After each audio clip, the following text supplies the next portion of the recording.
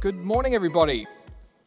Thank you for coming along to a talk today. I want to tell you about how we improve utilization and portability of applications using containers. My name's Craig. I'm an advocate for the Google Cloud Platform, focused on IT professionals and also DevOps. It's great to be here on a fantastic, warm, sunny day in San Francisco. But because I've come over from London with my girlfriend, we're going to spend the weekend in Yosemite. And we thought we needed to pack our snow boots just in case. Her boots didn't fit in her suitcase, but I had lots of empty space in mine. So we put her boots in a bag and put them inside my suitcase. So I've increased the utilization of my suitcase, and by doing that, that means we don't actually have to pay to take another bag with us. You can tell I'm probably not hipster enough that those are my actual suitcases. But also in saying that, I'm not the kind of person who's going to vacuum pack my shirts so that I can fit more in my suitcase.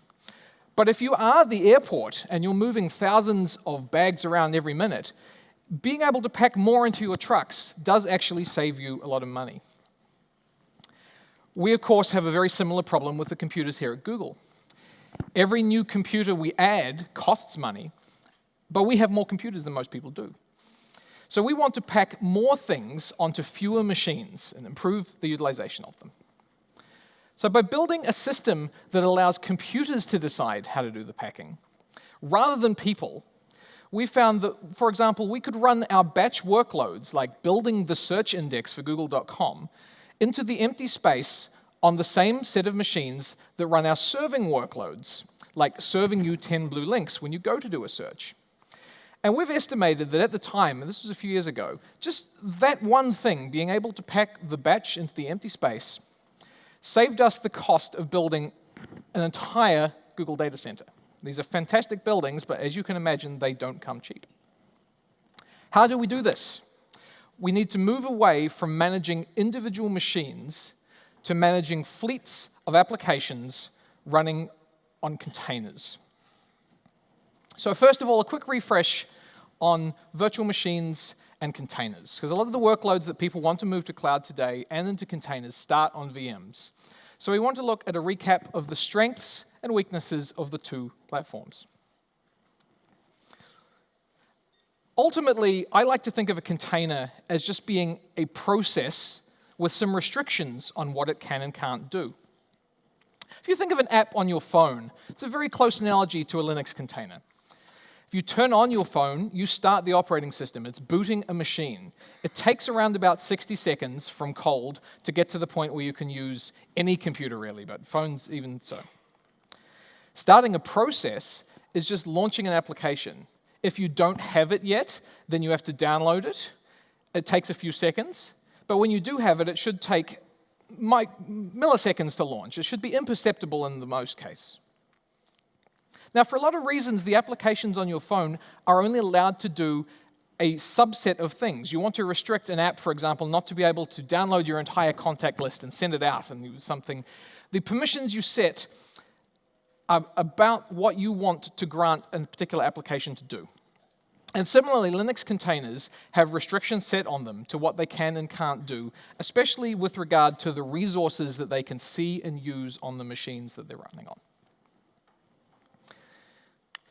Now, some of the characteristics of virtual machines cause us to have lower utilization. For example, in this case, we have a host operating system, but in our 3 VMs, we run 3 redundant copies of a guest OS. In that image, we couple in the libraries that relate to the particular operating system that we're running, and therefore the apps that we run use those system libraries in a tight coupling.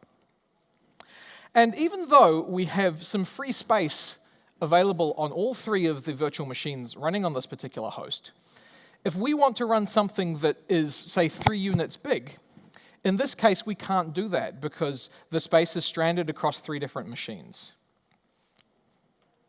Now, containers abstract away the operating system, first of all, so that you, as a developer, all you have to think about is your own application and the libraries that it needs to run. You think also about the interfaces with the other applications you want to run. And if we only had one machine that never failed and never ran out of resources, that would be all that we needed.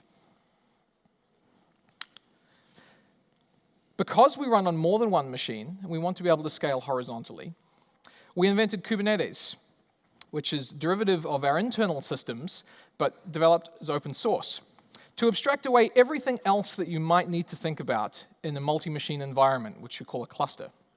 So scheduling containers is one part, but other things like keeping your containers alive and healthy, grouping them together into the services that you actually want to run, connecting traffic to those services, handling logging and monitoring and identity and authorization. These are all things that we feel as an application developer the system should provide for you. Now those things make up two legs of what we've come to call cloud native. So container packaging gives you predictability of deployment and efficient resource isolation. So you're just copying a file when you're deploying a container that contains all of the resources, libraries that your application needs. Next is the dynamic scheduling, which is again provided by Kubernetes. That allows higher quality of service and efficiency by being able to have the computer decide where to place these workloads. And it means that you can do more with fewer humans and have a lower operations cost. Now, the final leg of cloud native is microservices oriented. And that talks more to sort of reusability of code and independently developed applications and sort of domain-driven development, as much as it talks to loose coupling. It's not necessarily something that everyone will do as they move their apps to the cloud, but it's something to think about for your newer applications.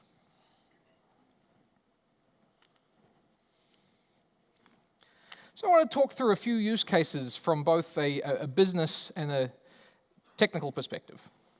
For example, what do you think the most common cause of outages is?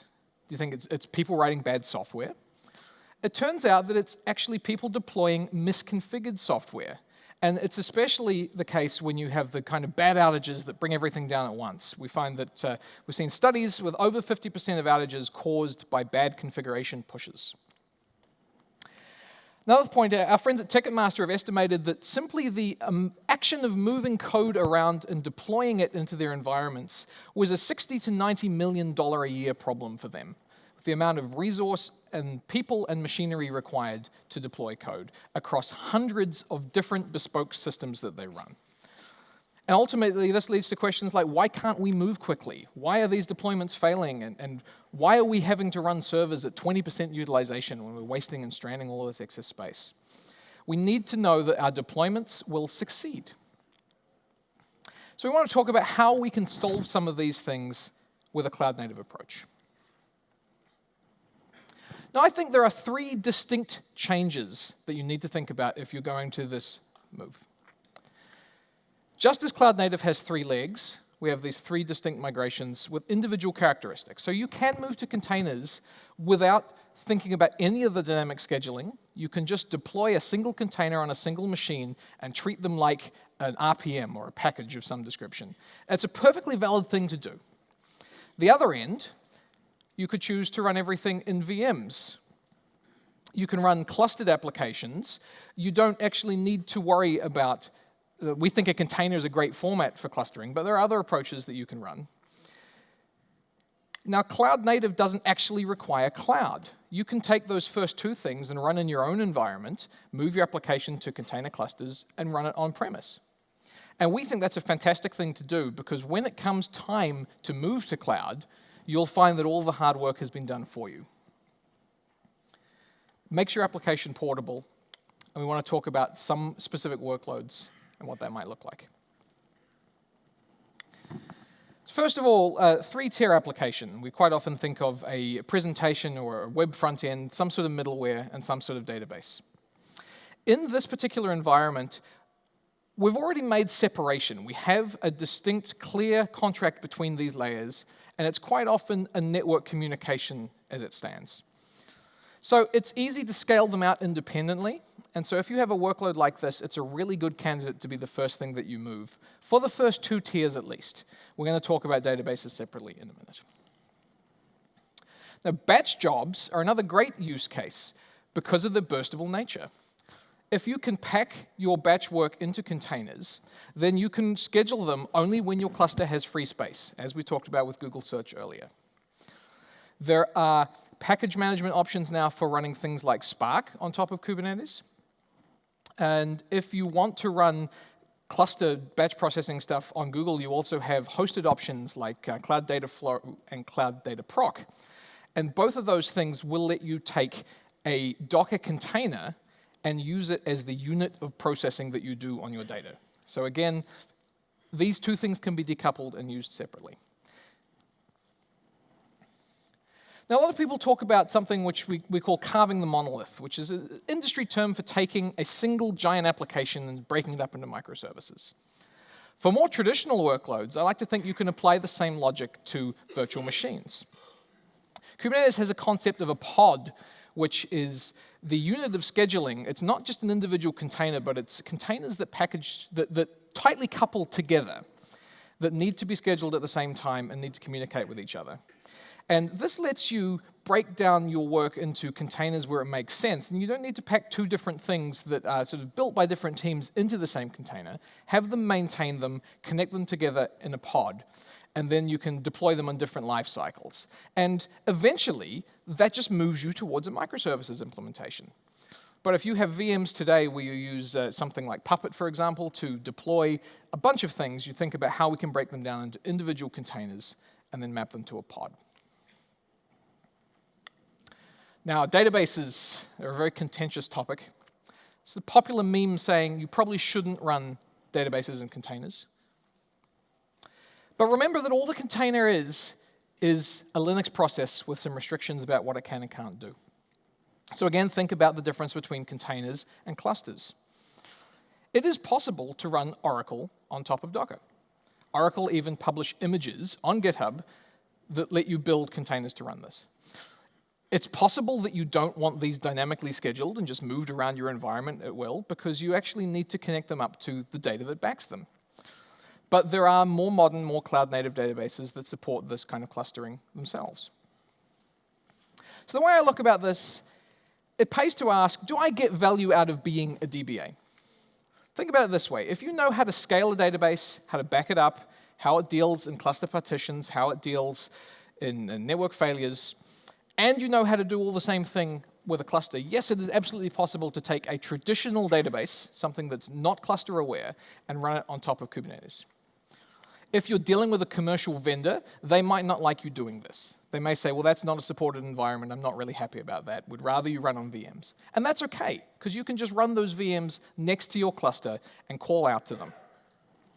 With open source databases, so weigh up the pros and cons versus of hosted services, and you will have seen we announced our hosted Postgres service in the keynote this morning, versus running your own. And with our hosted service, there are some extensions that we just don't provide that you may need to run custom, and there may well be specific use cases where it does make sense to run your own. And my colleagues from Samsung will talk about that in a bit. Patterns and helpers for running these databases on Kubernetes are coming thick and fast from the community. Vitess, which you see there on the logo on the left, is an application developed by YouTube, which makes it possible to scale MySQL horizontally. It works well on Kubernetes. It is a great way of running MySQL in a way that is aware of the clustered environment where workloads can move and change. But remember, it's not all or nothing. It's still OK to use VMs. You can use the service abstraction in Kubernetes to refer to things outside your cluster as well as inside it.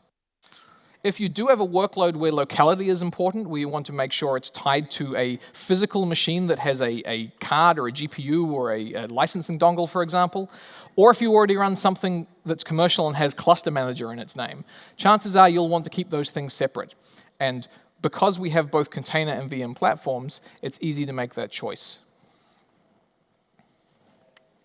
OK, we've made some choices about what applications we want to move. The first step is actually putting them inside a container. So for applications that you build yourself internally, the easiest thing to do is just take the output from your current build system.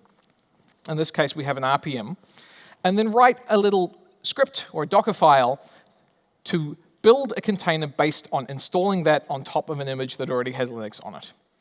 So in this case here, you'll see we just copy in an application that we've built.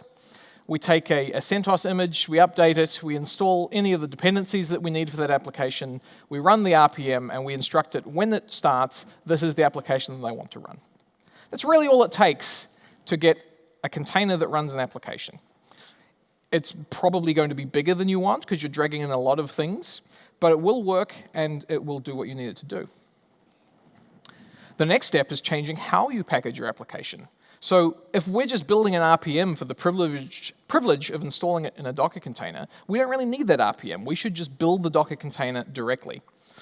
So we'll make whatever changes we need here in this pseudocode build script. We'll check out the application, build the release binaries, and now instead of calling the step to build an RPM, we could say take that directory of output and then build a Docker container from a file which says on top of a generic Linux operating system, whatever it is that you need, install and run these files.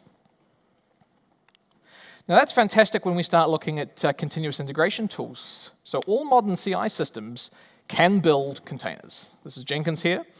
It's very easy to get to a world where you commit a change and have a container automatically build.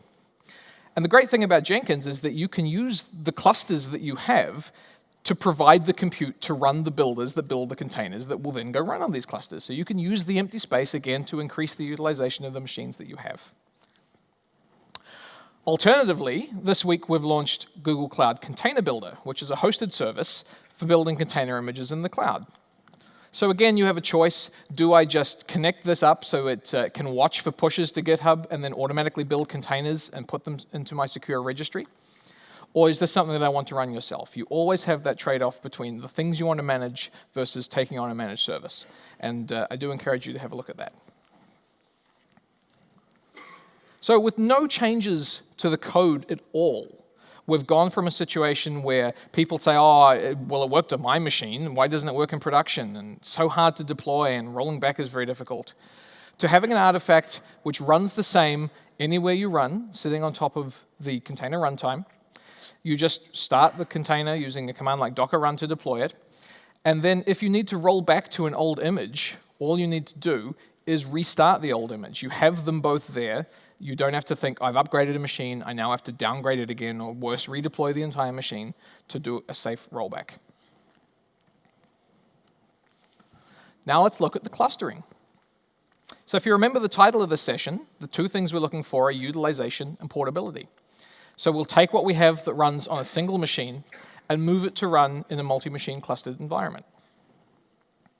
The first thing I suggest is if you haven't read the 12-Factor Manifesto recently, do go back and have a look at it. It was published a few years ago, but it really boils down the idea that to run these scalable applications led to the development of Cloud Native. Your applications are probably missing a few of these steps. So for example, 12-Factor says that the configuration for your application should be provided by the environment that they run on rather than packed into these containers.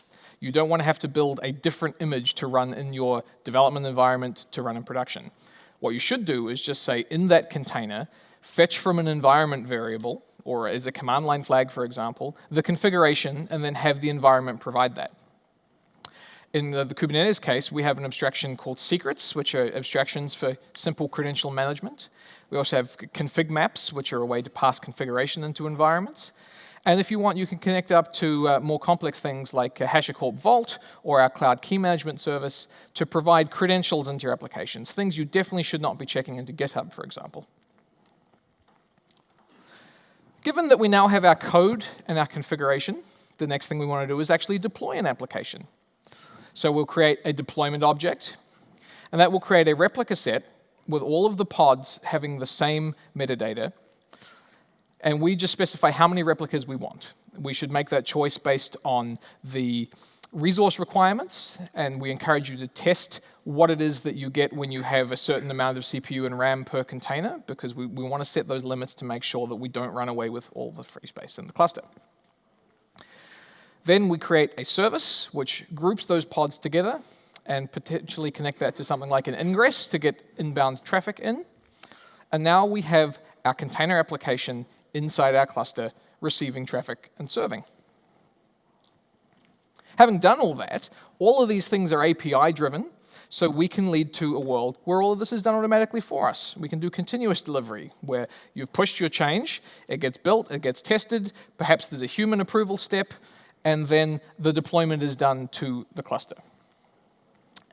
And for this, we like to use the tool called Spinnaker, which we've worked with Netflix, who built this tool initially as an enhancement on their work on VM-based deployments, and we've especially collaborated with them around being able to do Kubernetes and container-based deployments. But again, the APIs are there, so you can tie this into whatever continuous delivery system you use, or you can even run this from the Cloud Container Builder and just have a step that does the deployment. Now, if you're running a common application, open source databases, for example, you think, well, I don't actually need to go through the effort of building all of these containers myself. Someone else has probably done that, and then I can just reuse that work. So there's a package manager for Kubernetes, which is called Helm. It contains many open source packages that are ready to deploy, but it's also an engine you can use to describe how your containers and your pods and services relate to each other in an environment, and then use that as the thing that gets deployed on your cluster. So similar to how a package manager, like Docker or RPM, for example, installs a thing on a single machine, Helm brings that up a level and says, install this on the cluster wherever it happens to need to be. So when we're thinking about anything that handles state, we need to think about storage. Traditionally, what we would do is we would have some large set of disks and a computer attached to them that runs the database that serves that data. You'd say that the work follows the state. Now we're talking about distributed clusters in Kubernetes. You should think about turning that around and saying that the state follows the work. So wherever your database engine gets scheduled, the state is just attached by way of taking a network disk that contains that, putting it on the right machine automatically as a volume, which is then mapped into that pod. If you think of a use case where you have a number of different nodes which run a set of replicas for a database, they all have slightly different data depending on what's sharded in each one. And instead of just having a replica set with each thing having the same data attached to it, we now have an abstraction called a stateful set, which lets you say this replica has disk 0, replica 0, disk 1, replica 1, for example, mapped through to the number that you need to have. And it's a great way for running these stateful workloads on top of Kubernetes. Where am I going to store this data? Well, the great thing about Kubernetes is that you don't need to think about the abstraction below as someone who is simply deploying and running applications. Kubernetes abstracts away the physicality of the parts sort of below the imaginary line. It might be that in your own data center you have network disks attached by iSCSI. If you run OpenStack, you might use the Cinder plugins. And on cloud, we have network attachable persistent disks. So all you do is say, Kubernetes, give me a volume, or you have a volume provisioned by your administrator. And it is backed by whatever is available in your environment. So again, you don't have to write different code to run in different environments. So you end up with an application which is eminently portable because of that consistent API. Same is true of network. How am I going to get incoming traffic? Well, it might be that I have physical load balancers that might require a network team or someone to program before they work in my physical environment.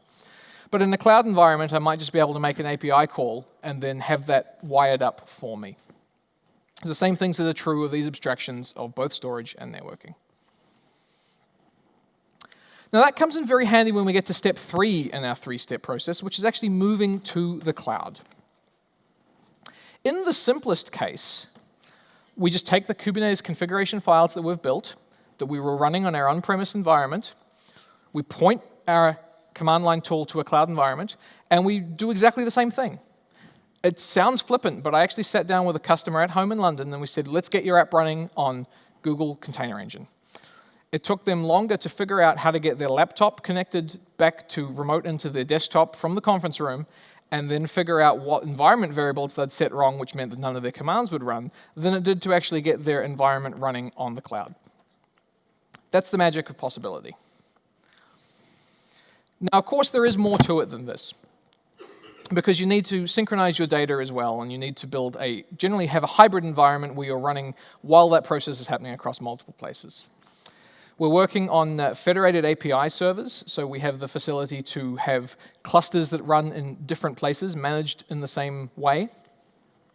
And then it really just comes up to you to be able to handle the migration of data by whichever way makes the most sense for whatever it is that you're running. So stateless workloads, you don't necessarily have any data to migrate, but when we start talking about storage, you do. So I'd now like to invite our guests from Samsung SDS, who are going to talk through a migration that they did. Bob Wise is the group CTO, and he's going to talk a little bit about how customers decide when to move. And again, if you're a developer, this is something you can take back to your boss and say, these are things that we really need to think about and that will let me do these cool deployments. And then Lee Chang is a senior architect, and he's going to talk about the technical details of the particular migration that they did. So thank you very much to Bob.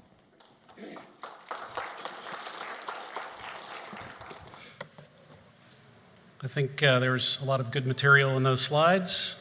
Hopefully we'll be able to help you instantiate it a bit by going through a real-life example that we've been working on. So Lee and I work for Samsung SDS, the cloud-native computing team. So what does that mean? And I should say, first of all, even though I'm on the board of the CNCF and our group is all about cloud-native, there's something I don't like about the cloud-native word, which is it has this strong implication that you have to build things from scratch, that they have to be natively engineered and designed for that kind of cloud-native environment. And we don't believe that's true. And the example that we're going to talk about today is a great example of how is it that you can take existing applications and migrate them without a lot of re-architecture into this new world. So there's a few things we believe that are very important. We are obsessive about automation. That's an important factor, important piece of being cloud native. We're very dedicated and believe that open source is really where infrastructure is being built. And we're motivated by being involved in that community. Within Samsung Group, we work with various teams to help them with their transformations. But we also have an outside business, and Lee's going to have a little bit longer part of the talk where we talk about one of our customer engagements. A couple of things we're going to talk about. So I talked about cloud native a bit already. I want to introduce this term cluster ops, which you're going to start hearing more, which is this new term that's trying to capture that there are some new things that are happening, not just with the technology, but with the organization. How do companies organize properly around this? They will frequently need some help because this is a big transformation. The thing that companies get out of this kind of cloud native work is, although you can use Kubernetes and containers to make much more efficient use of your infrastructure, most companies, Google might be an example that spends enormous amounts of money on their infrastructure, but most companies spend more money on their people. And it's much more important to have great product velocity and high quality.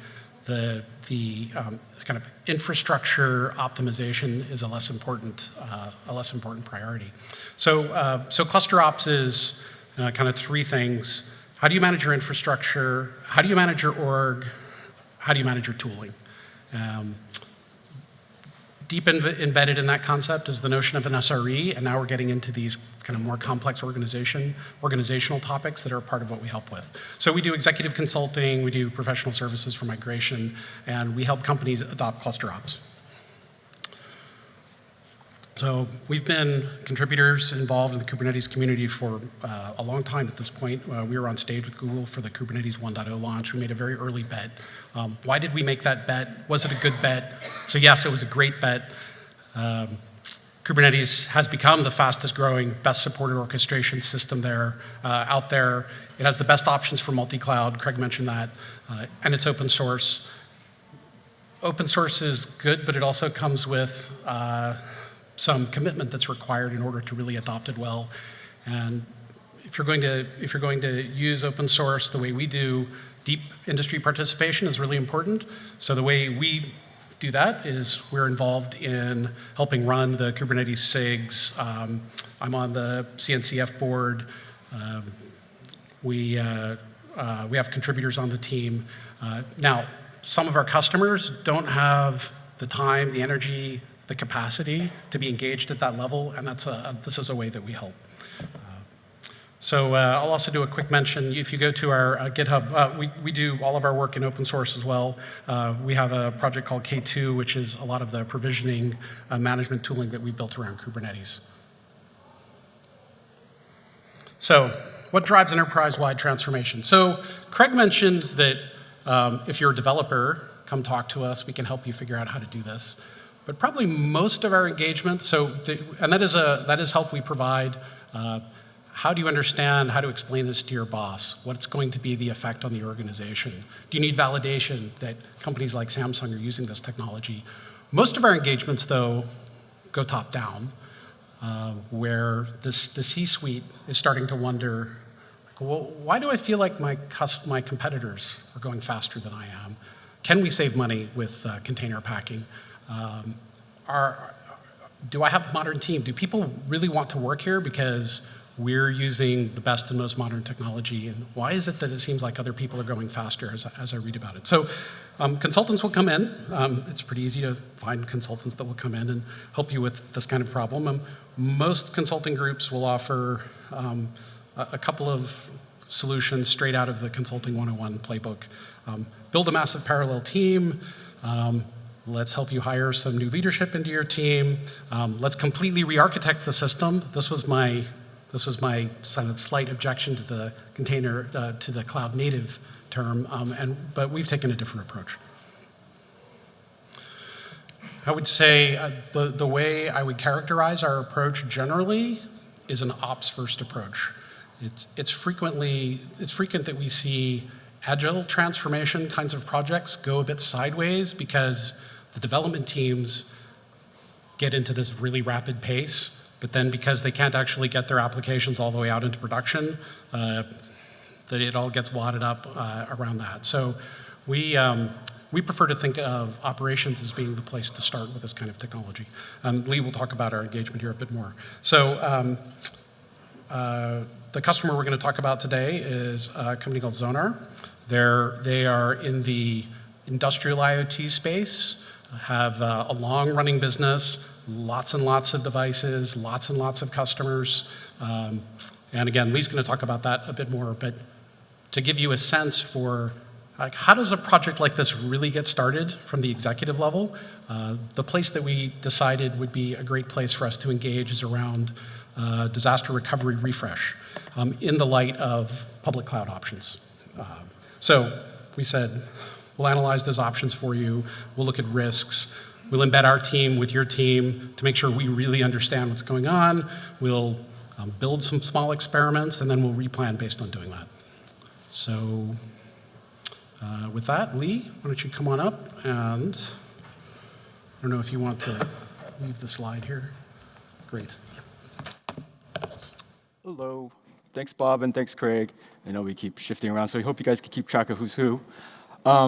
So I know you all were listening really intently to what Craig talked about, with regards to containers and running services in Kubernetes, because what I'm going to be talking about and convincing you, hopefully, that taking his concepts, you can actually do it in the real world. And what we did with Zonar, which is what Bob mentioned, was we analyzed. So I don't know if Bob talked about this, but what our project was to do a disaster recovery refresh with Zonar. They had systems that were currently running. They were looking at probably modernizing the systems, and I should probably put this in my pocket, and also trying to see what they needed to do to add to their business continuity plan. One of the things that they wanted to bring to the table was potentially moving to the cloud. At Samsung CNCT, we have a lot of engineers on staff who actually have done a lot of lift and shift from on-prem systems into the cloud, VMs, containers. Like Bob mentioned, we've been doing Kubernetes since the get-go, so it's been about 2 some odd years that we've been working with Kubernetes and also containers. We did containers actually a few years ago before that with Cloud Foundry. There could be arguments if that's containers or not, but that's moving small packets into the cloud. So we have a lot of experience with that, and Zonar, knowing that we're subject matter experts, they brought us in, had us look over some of their systems that were running in their secondary data center, which was a disaster recovery system, and give them some options on potentially moving that system to the cloud. Not all of it, maybe part of it, but what we did was, like Bob mentioned, we had our teams embedded with their teams. This was a nice place to be because they were only 2 blocks away from our office in Seattle. It's not that we don't like traveling, but it's great to be able to just go down there. If you needed to do deep dives, you needed to analyze their systems, it's just 2 blocks away, so we could go over there for 5 minutes. What we did was did some POCs. We looked at their stack. We made sure that what we were going to do was going to be feasible. So mostly what we're looking out for was, did they have any proprietary systems that would prevent them from moving to the clouds? So if they needed network equipment that was proprietary, or they needed systems that needed to be run on bare metal. Luckily, none of that was there, so it was a lot of simpler story to say that we can move to containers. Since we're here to listen to people talk about containers and Kubernetes, the question wasn't if they can move to the cloud. The question actually was, where can you run Kubernetes? Because we went through the steps. We figured that containers were a viable option for them. So where can we run Kubernetes? Kubernetes is in our DNA. We worked with Google since day one. They were already using Google Container Engine. I forgot to tell you, this is about a year ago. So we followed closely that project, and we realized this is probably the best place for them to move their systems for the secondary data center. Part of the benefits of using GKE, since we've been using Kubernetes for a while, we understand any cluster that you want to operate, there's operational load, startup costs, putting your staff through training to understand how you're going to run a new cluster. It's different than what they had in on-prem. And the other thing is, what are you going to do for building out a new cluster? They had business that were running currently, servicing customer needs, bringing in money. How are they going to extend that? This is what they were trying to do with their new data center. They needed to extend that. They were getting more business. So how do you not increase more in your capital costs? So Kubernetes, again, with GKE was a great solution for that. And another thing that they had after many, many years, 15 plus years of operating a data center on-prem, they had expertise to do that. So Kubernetes, GKE is using Kubernetes underneath any place that you can run Kubernetes, whether it be on-prem or in the cloud. So we can use Kubernetes running on GKE very easily. A little bit of context of what the customer was running. It was a classic N-tier system, 3 tiers. You had the web tier, application tier, you had the middle tier, and a database backend. The database transactions, or the business transactions, were spread across multiple Postgres database servers. They had about 100 database servers running. All their application systems and middle tier and database systems were running in VM. 90% of them was VMs, all running on bare metal in their data center and also in their secondary data center. They had a large install base of head units, so their business was running head units, 450, 500,000 head units that were basically IoT systems, and what they did was take sensory data, telemetry data, sent that back through the internet to their data centers to do processing and do reports off of that. The traffic that resulted from that was all run through their network appliances, so load balancing, network traffic, router switches were all hardware running in their data centers.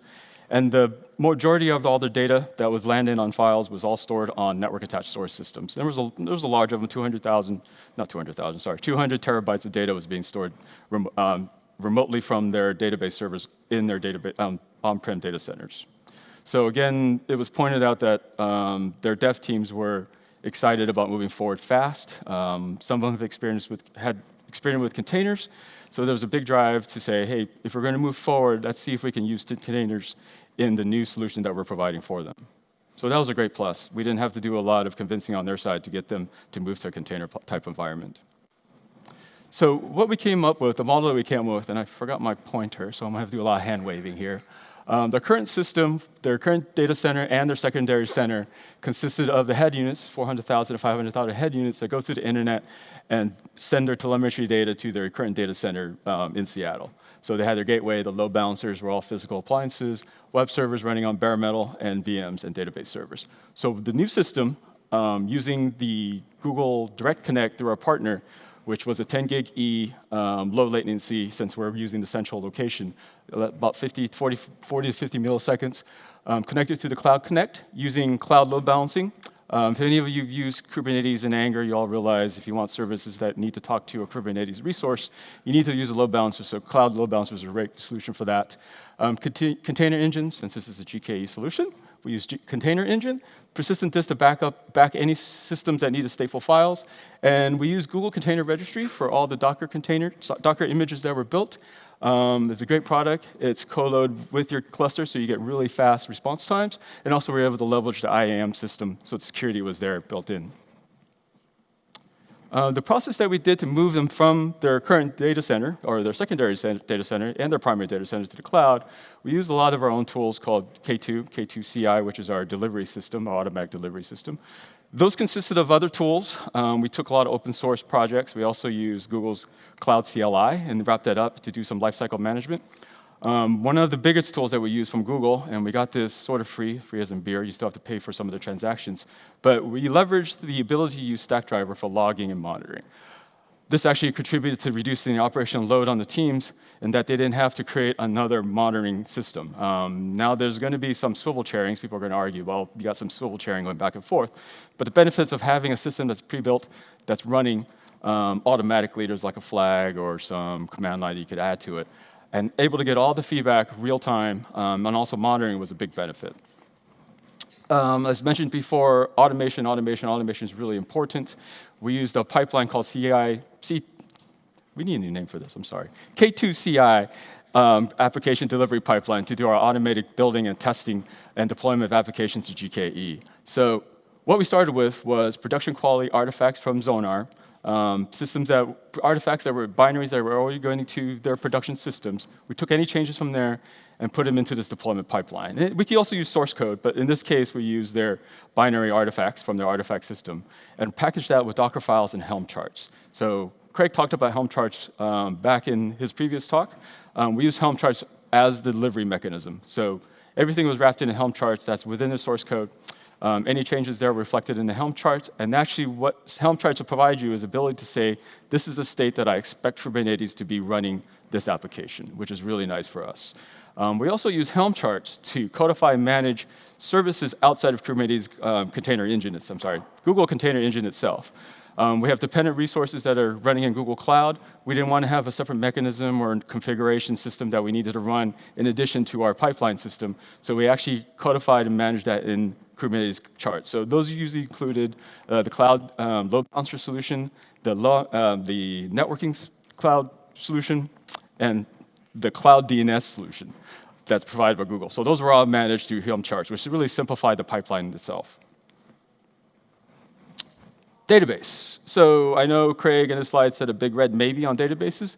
We've been doing this for a number of years. Our teams have done a lot of lifts and shifts in databases, open source databases from MySQL to Postgres, and the answer to this is yes, you could do it. Previously with VMs, it was a little bit more complicated and sometimes more hairy with wiring and everything you had to do in the backend systems. Let me back up. So there was questions asked to us, why don't we use a hosted solution? Google announced their Postgres solution yesterday. RDS is probably one of the biggest things that people know about. You know, they have Postgres running on RDS, so why don't we use them? It's a Cadillac solution. It gives you all the nice benefits of redundancy and automated failovers. Biggest reason why is the customer Zonar actually uses proprietary extensions.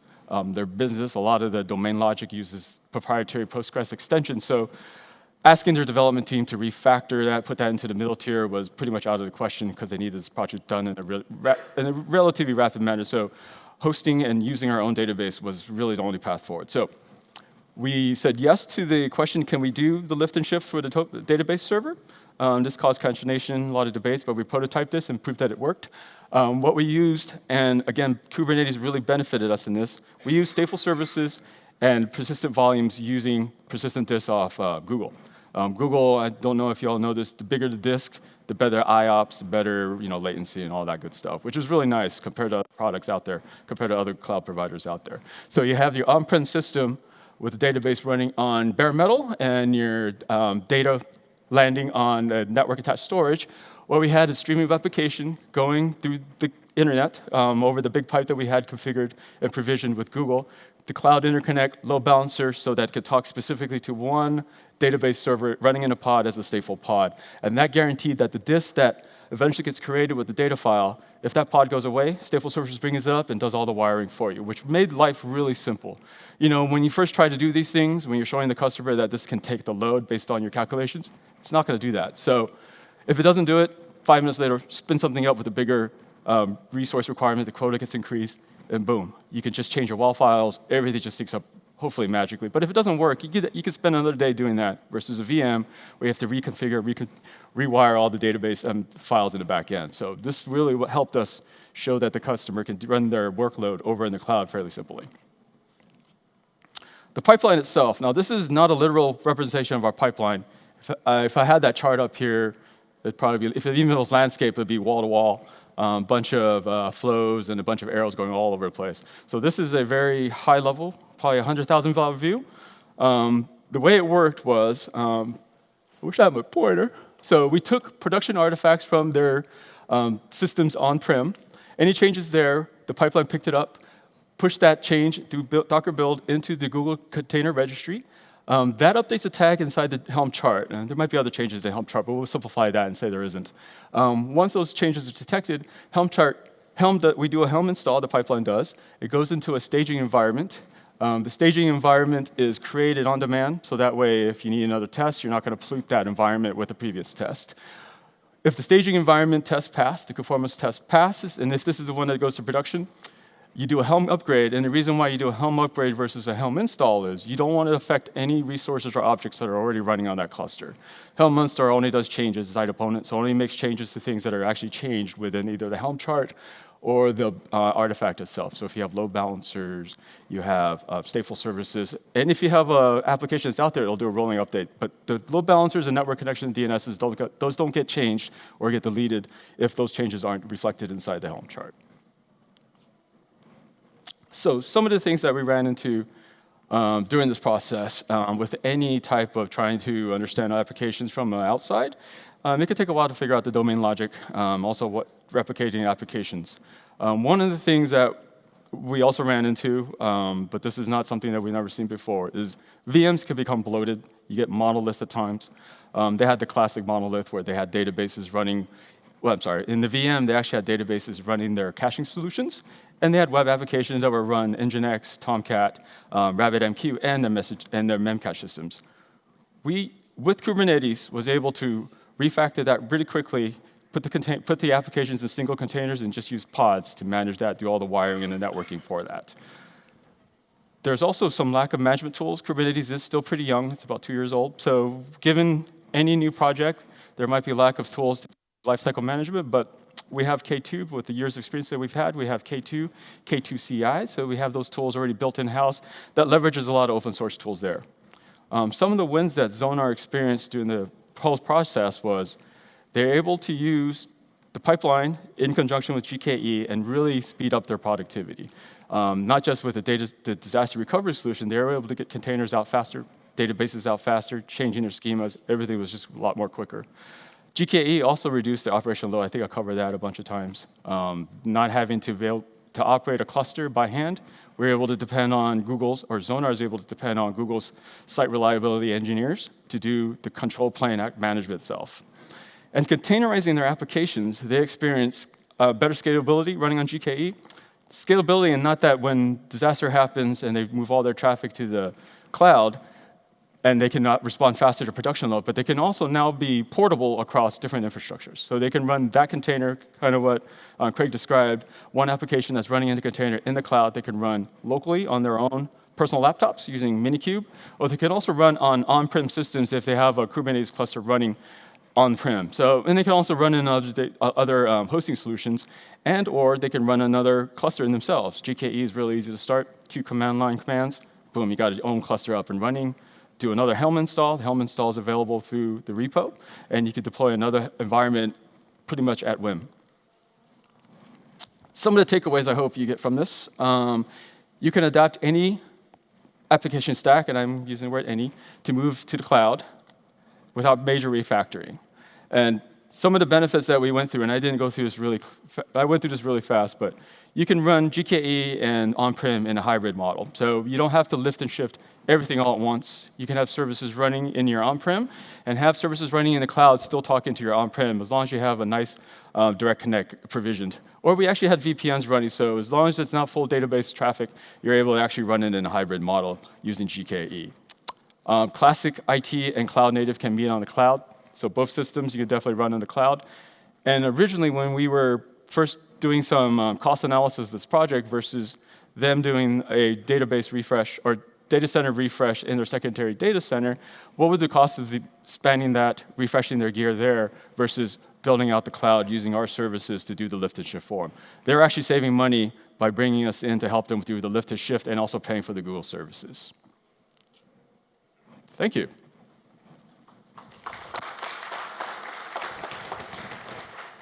Thank you. All right, thank you, Lee and Bob. So in conclusion, very quickly, 3 distinct changes we see here. Package your applications in containers, make them work in clusters, and then deploy them to the cloud. Here's a tweet I saw a couple of days ago, which really sums this process up. So one guy, 6 months to move from an RPM-based deployment platform, using Docker, CI, Kubernetes, doing continuous deploy to Kubernetes, and took the deployment process for their VPN software from 8 hours to 3 minutes. Thank you very much.